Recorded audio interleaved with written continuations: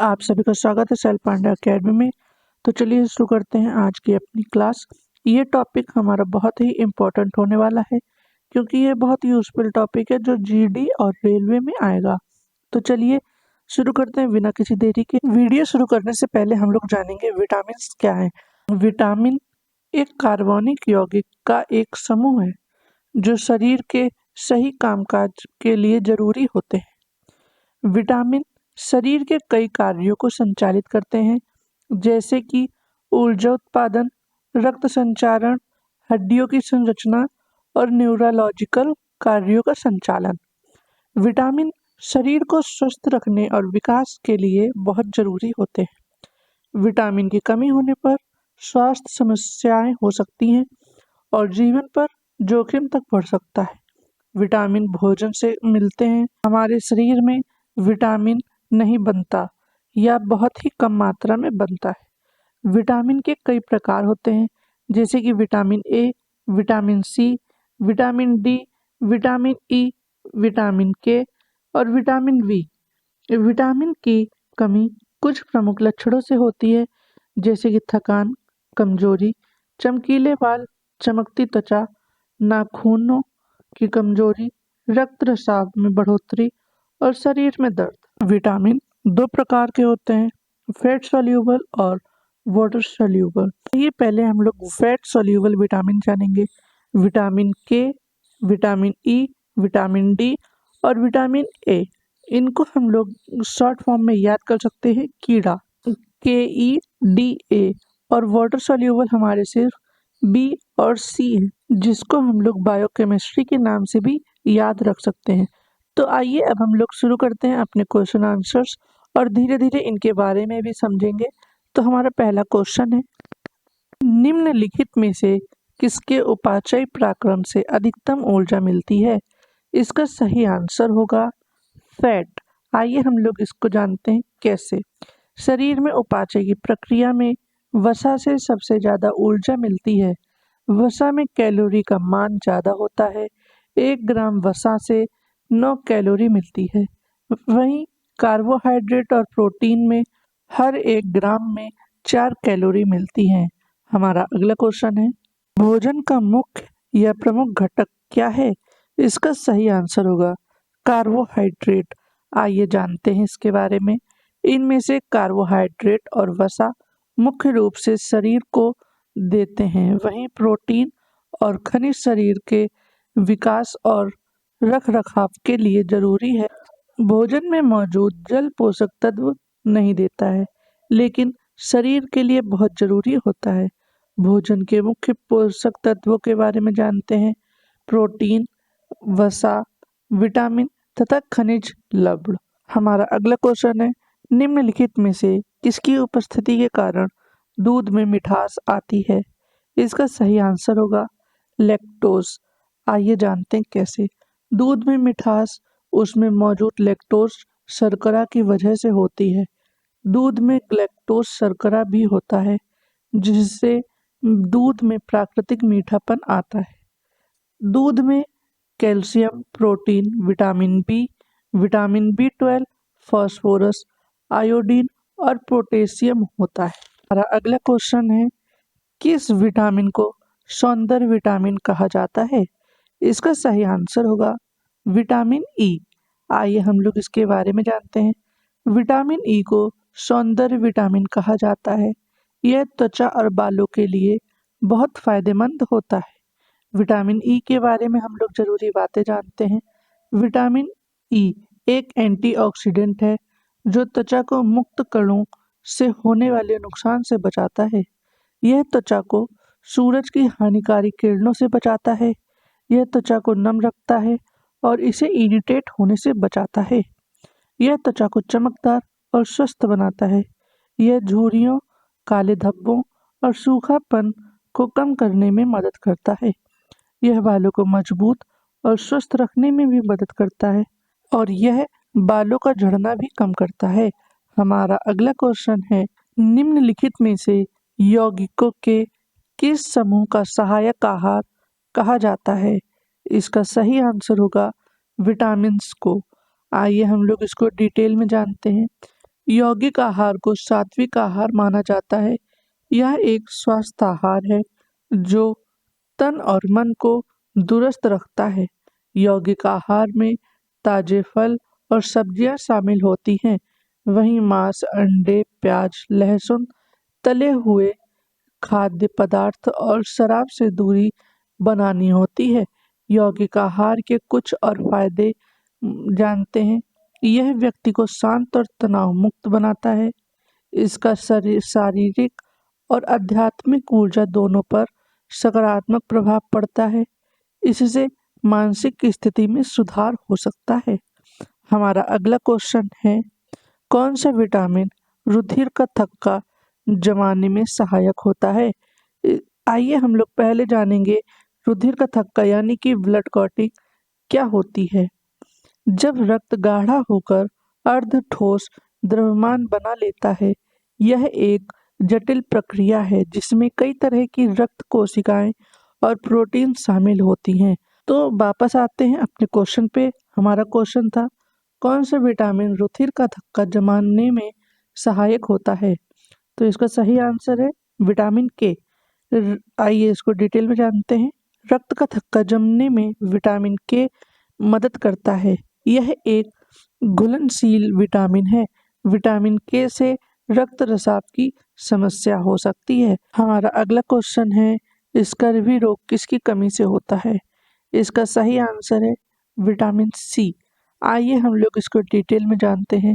Scurvy रोग vitamin C की कमी के कारण होता है। विटामिन सी मुख्य रूप से फलों और सब्जियों में पाया जाता है। लंबे समय तक आहार में विटामिन सी की कमी रहने से स्कर्वी हो सकती है। हमारा अगला क्वेश्चन है, प्रोटीन की खोज किसके द्वारा की गई थी? इसका सही आंसर होगा वर्जीलियस। हमारा अगला क्वेश्चन है, मानव शरीर में अत्यधिक मात्रा में बना प्रोटीन किसमें बदल जाता है? इसका सही आंसर होगा अमोनिया। आइए हम लोग इसको डिटेल में जानते हैं। अमोनिया को NH3 भी कहा जाता है। यह एक गंदा पदार्थ है जो शरीर में प्रोटीन के पाचन के दौरान बनता है। आमतौर पर इसे गंदे पदार्थ को लीवर यूरिया नामक एक अन्य अपशिष्ट उत्पाद में बदल देता है, जो कि पथरी या पेशाब के जरिए से बाहर निकल जाता है। हमारा अगला क्वेश्चन है, कौन से विटामिन मानव के शरीर में संग्रहित नहीं होते हैं? विटामिन सी और विटामिन बी कॉम्प्लेक्स, ये दोनों विटामिन मानव शरीर में संग्रहित नहीं होते हैं। आइए हम लोग जानते हैं। विटामिन सी पानी में घुलनशील होता है, इसलिए यह शरीर से बाहर निकल जाता है और शरीर में संग्रहित नहीं होता। विटामिन सी की कमी को पूरा करने के रोजाना आहार में इसकी जरूरत होती है। नींबू, संतरा, अमरूद, आम, गुआवा, फलियां और सब्जियां विटामिन सी के अच्छे स्रोत हैं। विटामिन बी कॉम्प्लेक्स यानी कि विटामिन्स का एक ग्रुप होता है, जैसे कि विटामिन 1 जिसे हम थायमीन के नाम से जानते हैं, विटामिन बी जिसे हम रिबोफ्लेविन के नाम से जानते हैं, विटामिन 3 जिसे हम निकोटिनिमाइड के नाम से जानते हैं, विटामिन B6 जिसे हम पायरोडॉक्सिन के नाम से जानते हैं और विटामिन B12 जिसे हम कोबालामिन के नाम से जानते हैं। जैसे विटामिन पानी में घुलनशील होते हैं, इसलिए इन्हें भी शरीर में संग्रहित नहीं किया जा सकता है। इन्हें भी रोजाना आहार में शामिल करना चाहिए। अनाज, दूध, मछली, मुर्गी, अंडे वगैरह इनके कुछ स्रोत हैं। हमारा अगला क्वेश्चन है, LDL क्या है? इसका सही आंसर होगा कोलेस्ट्रॉल। आइए हम लोग इसको डिटेल में जानते हैं। LDL यानी कि लो डेंसिटी लिपोप्रोटीन। कोलेस्ट्रॉल को खराब कोलेस्ट्रॉल कहा जाता है। यह आपके शरीर में मौजूद कोलेस्ट्रॉल का ज्यादातर हिस्सा होता है। LDL कोलेस्ट्रॉल का स्तर ज्यादा होने से दिल का दौरा और स्ट्रोक का खतरा बढ़ जाता है। LDL के बारे में जरूरी बातें जानते हैं।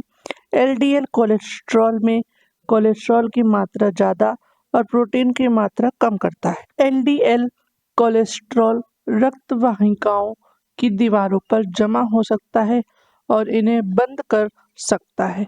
एलडीएल कोलेस्ट्रॉल को नियंत्रित करने के लिए स्वस्थ आहार और व्यायाम करना चाहिए।